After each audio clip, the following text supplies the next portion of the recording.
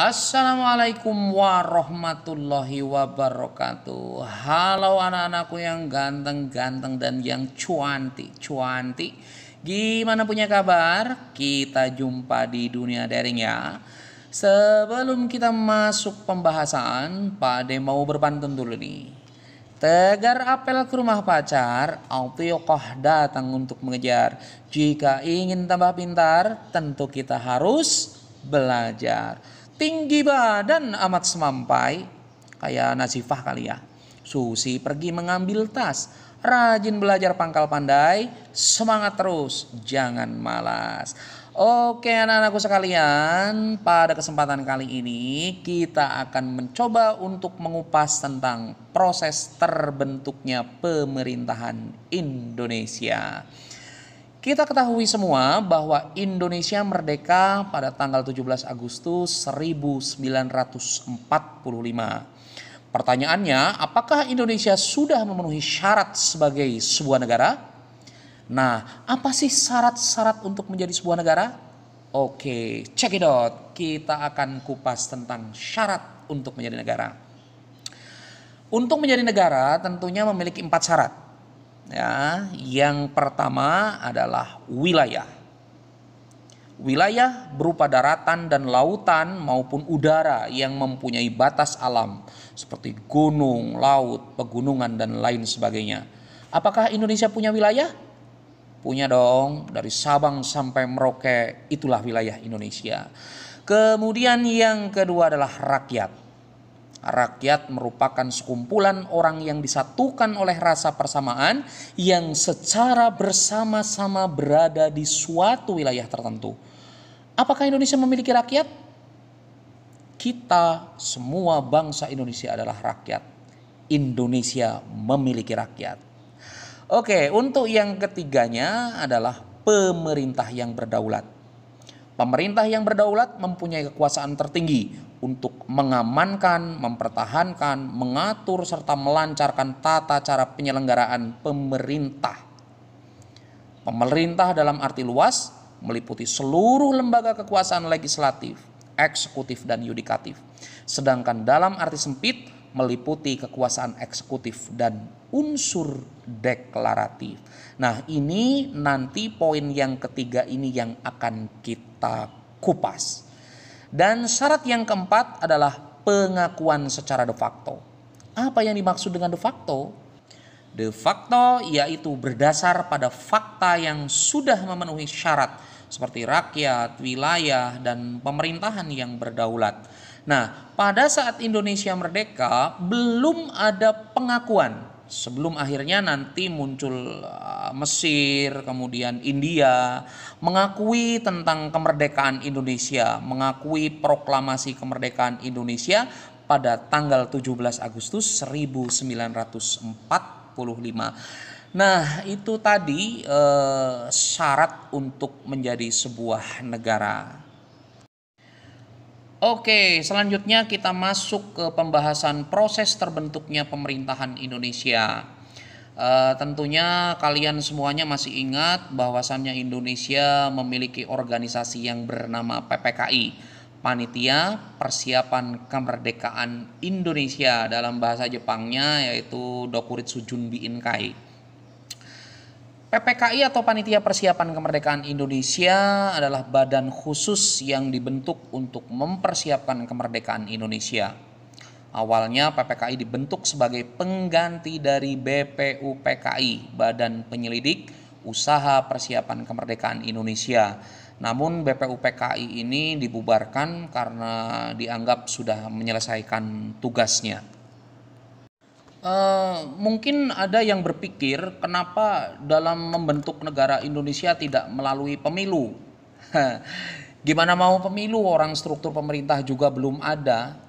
Jadi satu-satunya cara yakni membentuk struktur pemerintah melalui organisasi PPKI. Jadi nanti ketemu pemilu itu pada tanggal 29 September 1955 pemilu pertama itu. Jadi kita tidak akan masuk ke wilayah pemilu dulu ya. Jadi kita akan mengupas di wilayah PPKI-nya. Lalu apa saja tugas PPKI? Nah, tugas yang paling utama sebenarnya adalah PPKI itu bertugas untuk mempersiapkan segala hal yang berkaitan dengan kemerdekaan Republik Indonesia. Ketua PPKI adalah Insinyur Soekarno, sedangkan wakil ketuanya adalah Dr. Andes Muhammad Hatta. Ada 21 anggota PPKI dan bertambah 6, kemudian menjadi 27 anggota yang bergabung dengan PPKI. Di antaranya ada Ahmad Subarjo, kemudian Oto Iskandar Dinata, kemudian ada Dr. Supomo dan Rajiman Widyodiningrat. Usai pembacaan teks proklamasi ya kemerdekaan pada tanggal 17 Agustus 1945, PPKI itu melaksanakan sidang di hari berikutnya. Sidang PPKI dilaksanakan sebanyak 3 kali. Sidang pertama dilaksanakan tanggal 18 Agustus 1945, kemudian sidang kedua dilaksanakan pada tanggal 19 Agustus 1945, kemudian sidang ketiga dilaksanakan tanggal 22 Agustus 1945.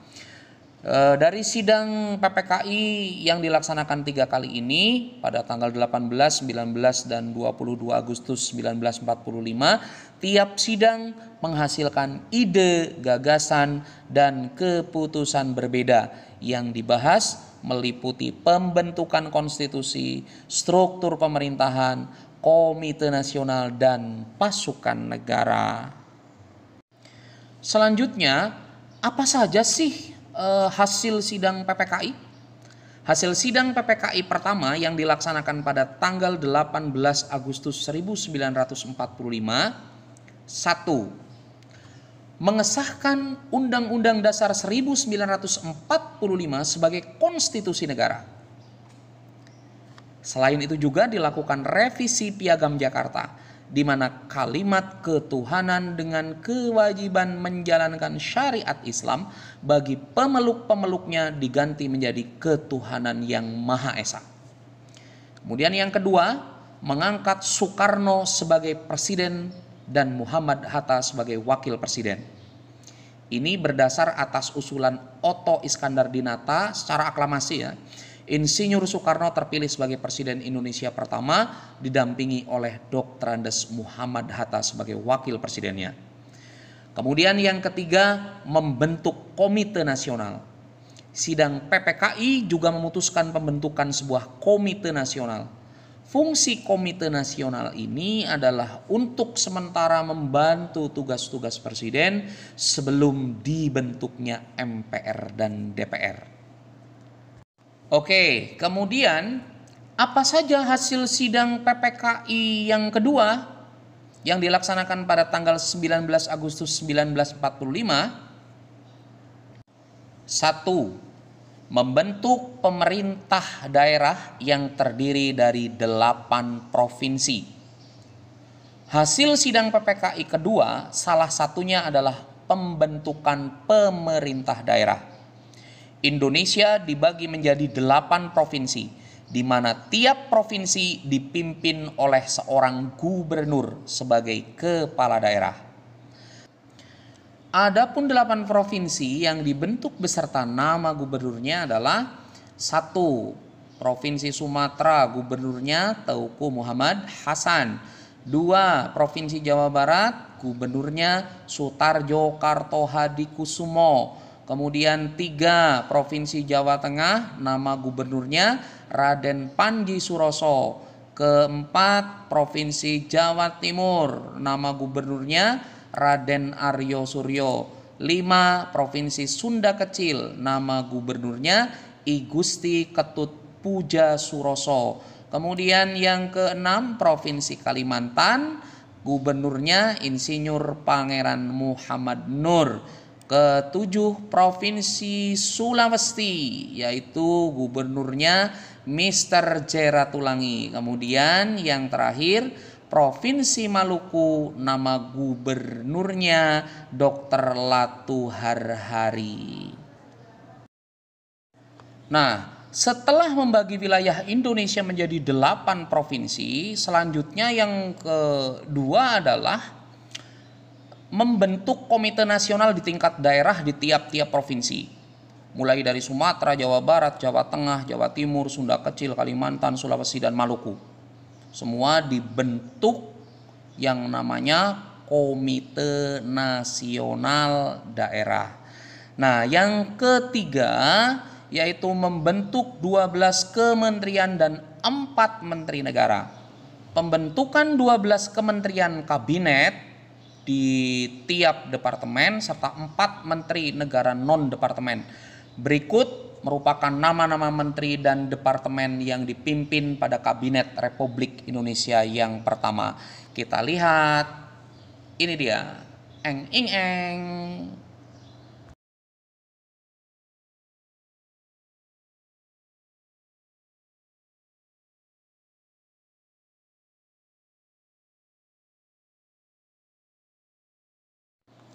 Dan yang terakhir atau yang keempat, yakni membentuk Tentara Rakyat Indonesia. Jadi sebuah negara tidak mungkin bisa menjadi negara yang kuat dan bisa mempertahankan kemerdekaan kalau tidak memiliki tentara. Nah, pembentukan Tentara Rakyat Indonesia ini atas buah pemikiran Otto Iskandar-Dinata. Kemudian Otto Iskandar-Dinata, Abdul Qadir, dan Kasman Singodimerdjo ditunjuk untuk mempersiapkan pembentukan tentara kebangsaan dan kepolisian negara. Itu tadi 4 hasil dari keputusan sidang PPKI yang kedua. Dan selanjutnya adalah hasil sidang PPKI yang ketiga, yaitu yang dilaksanakan pada tanggal 22 Agustus 1945. Apa saja hasil sidang PPKI pada tanggal 22 Agustus 1945? Yang pertama adalah menetapkan Komite Nasional Indonesia Pusat atau KNIP. Ada 137 anggota KNIP dilantik, terdiri dari golongan muda dan masyarakat. Pada sidang KNIP ditunjuk Kasman Singodimerdjo sebagai ketua. Sementara terdapat 3 wakil ketua, yakni M. Sutarjo sebagai wakil ketua pertama, kemudian ada Latu Harhari sebagai wakil ketua 2, serta ada Malik sebagai wakil ketua 3. Dan yang kedua adalah membentuk Partai Nasional Indonesia atau PNI yang diketuai oleh Insinyur Soekarno.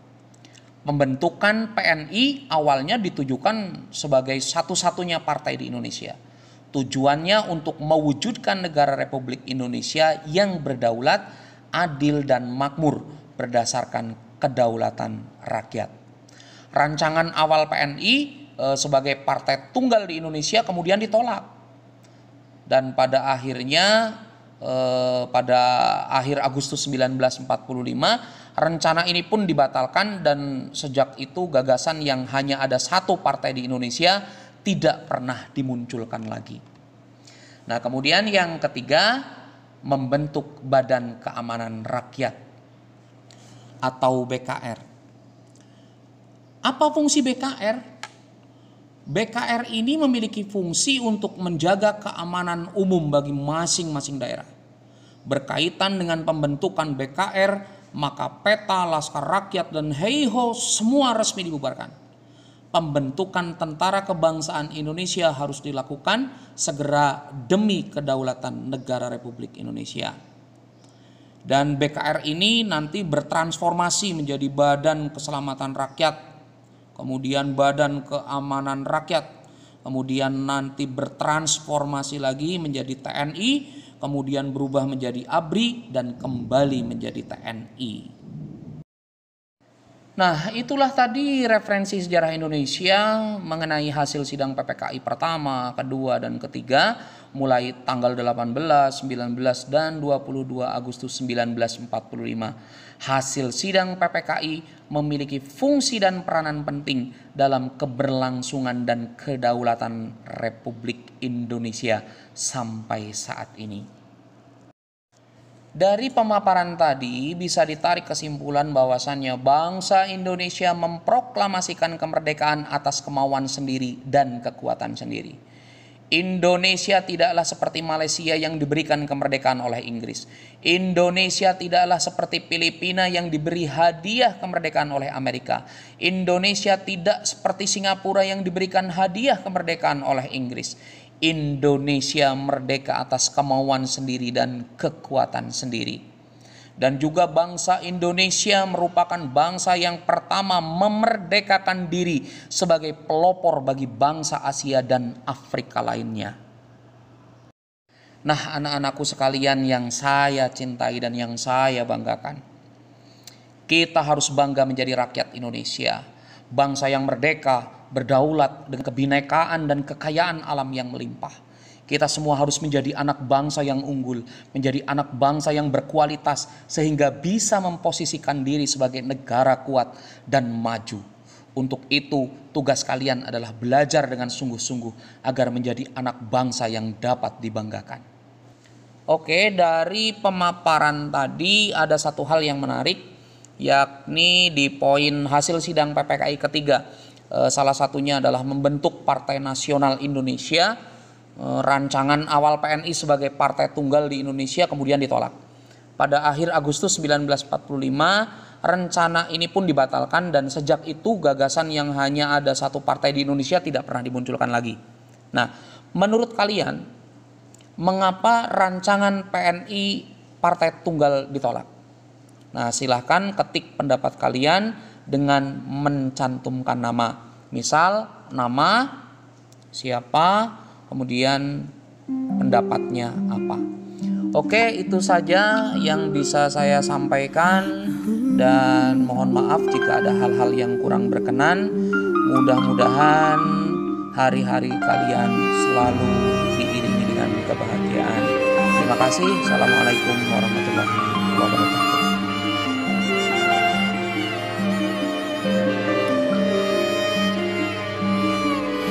Dari yakinku teguh, hati ikhlasku